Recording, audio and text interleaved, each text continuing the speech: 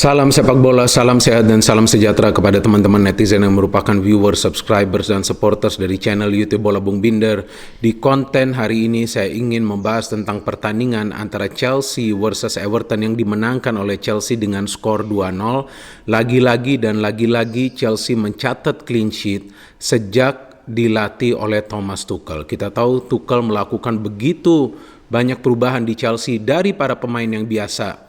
Sekarang ia mulai andalkan sebagai starter dan juga pemain-pemain lain yang juga ia berikan kesempatan untuk tampil. Jadi dengan demikian Chelsea punya sistem rotasi yang bermanfaat ketika memang mereka masih akan bermain di Champions League nanti, ya kan, mereka masih akan bermain di Piala FA dan tentunya di Premier League karena mereka mengincar peringkat nomor 4 agar bisa tampil di UEFA Champions League musim depan. Karena kan belum tentu juga Chelsea bisa menjadi juara di UEFA Champions League musim ini. Jadi Champions League juga merupakan salah satu target saya kira dari manajemen Chelsea pada saat mereka mengontrak Thomas Tuchel. Walaupun jangka waktunya belum panjang, ya kan, kontraknya belum panjang kan. Ya awalnya kan kita kira mungkin 3 atau 4 tahun, ternyata kurang dari itu, 18 bulan kalau saya tidak salah. Anyway, berbicara tentang track record Chelsea, yang menakjubkan bagi saya bahwa dalam 11 pertandingan secara keseluruhan sejak ditangani oleh Tuchel, Chelsea hanya kemasukan 2 gol. Lawan Southampton, lawan Sheffield United. Dan mayoritas pertandingan yang mereka mainkan di bawah Tuchel, Chelsea selalu mendominasi. Jadi terlihat bahwa Chelsea mengandalkan sepak bola menyerang. Soal possession, yaitu karena memang mereka lebih banyak menguasai jalannya pertandingan. Jadi otomatis ball possession lebih banyak berada di pihak Chelsea. Tapi kan sebetulnya secara permainan, para pemain tidak terlalu lama menguasai bola tersebut. Cepat aliran bola, cepat pergerakan dari para pemain dalam urusan mereka untuk mendukung serangan dan juga dalam urusan mereka untuk mencari ruang yang bebas agar mereka bisa mendapatkan peluang untuk mencetak gol. Walaupun Chelsea belum bisa banyak mencetak gol sejak ditangani oleh Thomas Tuchel, but still the important thing is they can win and they can go as far as possible in the Champions League, FA Cup, and juga tentunya di English Premier League, di mana lagi-lagi saya tegaskan target mereka adalah untuk masuk di zona top 4 agar bisa tampil di UEFA Champions League musim depan. And then how about Everton? Lawan mereka juga formnya bagus, kita tahu mereka sempat berada di papan atas, sekarang mereka sedikit turun, tapi dalam 3 pertandingan terakhir Everton belum kalah, pelatihnya juga pelatih bagus, Carlo Ancelotti. Jadi sebetulnya tidak mudah bagi Chelsea untuk menang lawan Everton. Saya juga tidak yakin bahwa Chelsea bisa menang dengan skor 2-0, atau ya artinya ada selisih 2 gol ya, pada saat memang mereka bisa mengakhiri pertandingan ini dengan menang 2-0. Saya kira mungkin another 1-0 or maybe 2-1, karena kan Everton juga punya kemampuan untuk mencetak gol. Ternyata Chelsea bisa membungkam Everton dengan skor akhir 2-0. Ingat loh, Everton juga mengalahkan Liverpool di Liverpool, walaupun form Liverpool lagi tidak bagus-bagusnya, but at least they can still win in that Merseyside derby. Itu memberikan boost yang luar biasa kepada para pemain Everton. Tapi in this game Everton tidak berkutik. Gila, luar biasa permainan Chelsea. Dan saya bukan hanya memuji-muji Chelsea ya dengan ngasal, tapi coba teman-teman juga bisa melihat kan pertandingan. Ya kalau memang belum nonton aja tayangan ulangnya, kan bisa sekarang kita nonton tayangan ulangnya. Nah, perhatikan bagaimana para pemain Chelsea mendominasi permainan ini, menciptakan begitu banyak peluang. Sayangnya memang Chelsea belum punya striker predator seperti masa lalu.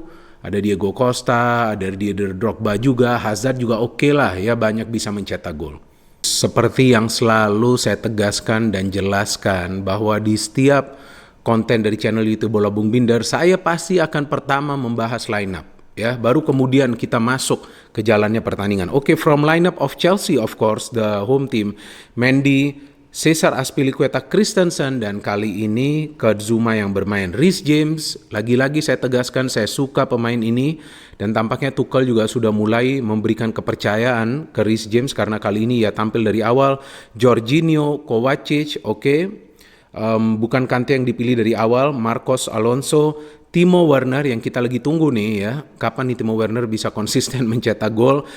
Callum Hudson-Odoi, dikasih chance lagi. Kali ini posisi Callum Hudson-Odoi ini lebih attacking atau berada di belakang pemain yang akan bermain sebagai striker tunggal, yakni Kai Havertz. Memang secara positioning Havertz ditempatkan sebagai striker, tapi secara permainan kita tahu Havertz bermain dengan peran free role. Sama juga dengan Werner saya kira. Sama juga dengan Callum Hudson-Odoi. Karena teman-teman perlu perhatikan bahwa para pemain dari Chelsea ini berpindah posisi terus selama permainan. Itu yang menyulitkan para pemain Everton untuk memonitor, untuk mengikuti gerakan para pemain Chelsea. Padahal kita tahu Everton juga tidak buruk kan dalam urusan mereka bertahan. So, from Everton, Richarlison, Dominic Calvert-Lewin, Sigurdsson, Digne, Alan, Andre Gomes, Iwobi, mantan pemain Arsenal, Godfrey, Michael Keane, Holgate, penjaga gawang tim nasional Inggris Jordan Pickford. Memang saat Pickford main tidak gampang juga ya, Everton kemasukan banyak gol. Kita tahu bahwa Everton juga kehilangan James Rodriguez lagi cukup sering ya. James Rodriguez ini cedera, jadi bagus juga lah Real Madrid melepasnya. Padahal memang ia pemain yang berkualitas. Jadi seperti yang sebelumnya saya tegaskan di konten ini bahwa Chelsea mendominasi jalannya permainan ini. Timo Werner sebetulnya bisa saja tuh mencetak gol di menit-menit awal saat ia mendapatkan umpan dari Reece James. Ya, tapi memang sulit kan Timo Werner sekarang mencetak gol off target ya, bolanya jauh melayang di atas mistar gawang dari Pickford. Sayang tuh, padahal itu adalah peluang yang bagus karena Timo Werner sama sekali tidak terjaga. Nah, cukup sering nih para pemain Chelsea tidak terjaga karena itu tadi yang saya tegaskan. Mereka berpindah posisi terus. Jadi sulit bagi para pemain Everton untuk melakukan marking. Ya perlu dong mereka marking kan, tapi kan kita lihat pada saat mereka coba untuk melakukan marking, ada pemain lain lagi nanti dari Chelsea tiba-tiba yang muncul. Ya, jadi seperti yang proses gol kita lihat terjadi, di mana gol bunuh diri kan dari Everton. Padahal tadi kita lihat tuh di game tersebut bahwa Havertz coba untuk melakukan shooting kan. And coba teman-teman perhatikan, Odoi melakukan pergerakan yang liar, memberikan umpan ke Alonso yang tiba-tiba Alonso berada dalam free position, mengirimkan umpan ke Havertz shooting, ternyata terkena Godfrey dan gol bunuh diri. And then Everton coba untuk bangkit, menyerang ke pertahanan Chelsea, tapi teman-teman perhatikan bahwa Zuma dan juga Christensen beberapa kali melakukan high pressing, menekan hingga ke lini tengah, menyulitkan para pemain Everton untuk bermain kreatif. And Chelsea seharusnya bisa mencetak gol tuh kan sebelum babak pertama berakhir. Bagus tuh bola dari Christensen. Sering nih Christensen kirim long ball ya. Ia memberikan long ball ke Alonso yang tidak terkawal. Sayang sekali Alonso tidak bisa mengkonversikan peluang tersebut menjadi gol. Sayang sekali. Benar-benar itu adalah peluang emas ya. Tapi sulit juga ya bagi Alonso karena ia kan sebetulnya jarang tuh berhadapan one on one dengan penjaga gawang, jarang banget ya, tapi kali ini ia berada dalam situasi one on one, tampaknya kurang tenang ya Alonso. Mungkin kalau Werner bisa gol, tapi enggak, Werner juga lagi banyak miss chance kan. Anyway, sebelum babak pertama berakhir Everton mendapatkan chance dari Andre Gomes, but itu saja yang menurut saya peluang berbahaya dari Everton.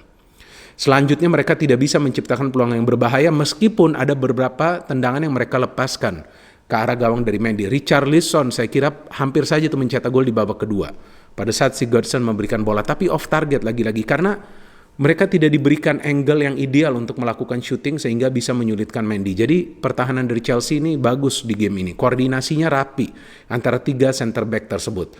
Jadi kedua wing back tidak selalu juga turun untuk membantu lini pertahanan.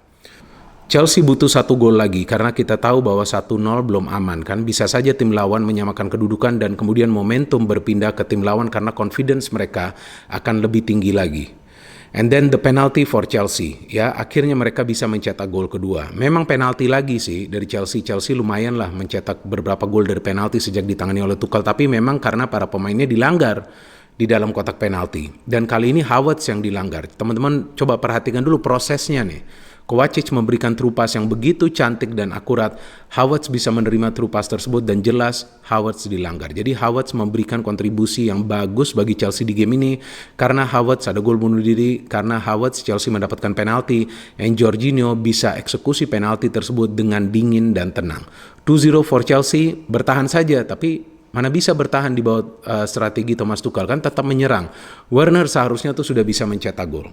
Sayangnya Werner ini belum menemukan touch-nya untuk melakukan finishing yang sempurna pada saat ia mendapatkan peluang. Padahal posisinya sudah one on one. Kita lihat ia bisa memenangi duel dengan pemain Everton yakni Godfrey. Ia shooting masih bisa di-save oleh Pickford. And then Mason Mount memberikan passing yang begitu akurat kepada Werner, di shooting lagi bisa di-save oleh Pickford. Sayangnya Kante juga tidak bisa mengkonversikan rebound yang ia terima untuk mencetak gol ketiga bagi Chelsea. But it's no problem, at least Chelsea bisa kembali meraih kemenangan, dan untuk sementara kita tahu bahwa Chelsea berada di peringkat nomor 4, walaupun di bawah mereka ada West Ham, ada Everton yang poinnya tidak terlalu jauh. Jangan lupa ada Tottenham Hotspur juga ya. Dan sisa fixtures atau sisa pertandingan Chelsea di sisa musim ini kan masih harus lawan West Ham, masih harus lawan Aston Villa, away saya kira, kemudian masih harus lawan Manchester City kan. Nah ini saya kira sisa fixtures dari Chelsea ini lebih penting lagi. Nah saya lihat dulu nih biar saya gak salah. Betul, Aston Villa away, kemudian West Ham away, Arsenal home, and then City away, Leicester home. Jadi sisa pertandingan dari Chelsea akan berat jika mereka tidak fokus tetap untuk melakukan serangan demi serangan dalam setiap pertandingan. Kenapa saya katakan begitu? Karena dengan menyerang lebih banyak ke pertahanan tim lawan, para pemain dari tim lawan juga sulit untuk bisa berpikir, menemukan cara untuk menerobos pertama lini tengah dari Chelsea, kedua lini pertahanan dari Chelsea.